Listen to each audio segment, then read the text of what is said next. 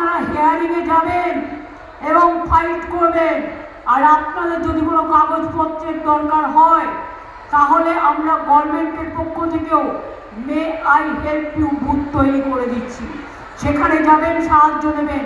তাছাড়াও আমাদের পার্টির বিএলএরা যেমন কাজ করছে করবে এবং তারা পরিশ্রম করে আপনাদের সাহায্য করবে যাতে আপনারা বঞ্চিত না হন।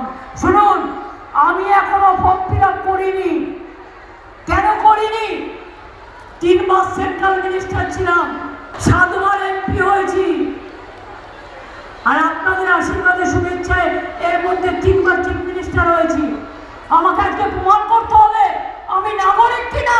মাথায় নাকে খোঁজতে ভালো এর থেকে প্রমাণ করতে হবে আমি নাগরিক কিনা। ওই দাঙ্গাবাজদের কাছে, যারা দাঙ্গা করে মানুষের রক্ত নেয়, যারা মানুষের রক্ত নিয়ে নরমের যজ্ঞ খেলে, তাদের কাছে আমাকে প্রমাণ করতে হবে আমি এই দেশের নাগরিক কিনা। কোথায় ছিলে তোমরা? দেশ যখন স্বাধীন হয়েছিল ইংরেজদের দাসত্ব করেছিলে, আর আজকে দেশ চেনাচ্ছ আমাদের।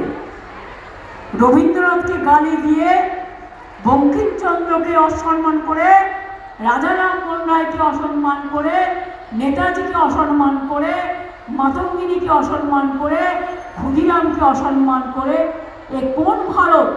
আমরা তো কাউকে অসম্মান করি না। আমরা গান্ধীজিকে দেশের নেতা মানি, মৌলানা আবুল কালাম আজাদকে মানি, আম্বেদকরকে মানি, আমরা লাল পালকে মানি, আমরা বল্লভভাই প্যাটেলকে মানি, আমরা সবাইকে মানি। আমরা কোনো ভাগাভাগি করি না। রাজেন্দ্র প্রসাদ থেকে শুরু করে দেশের ইতিহাস জানে না, বাংলার ইতিহাস জানে না, কথা বলছে বাংলা জানে না, বাংলা দখল করবে।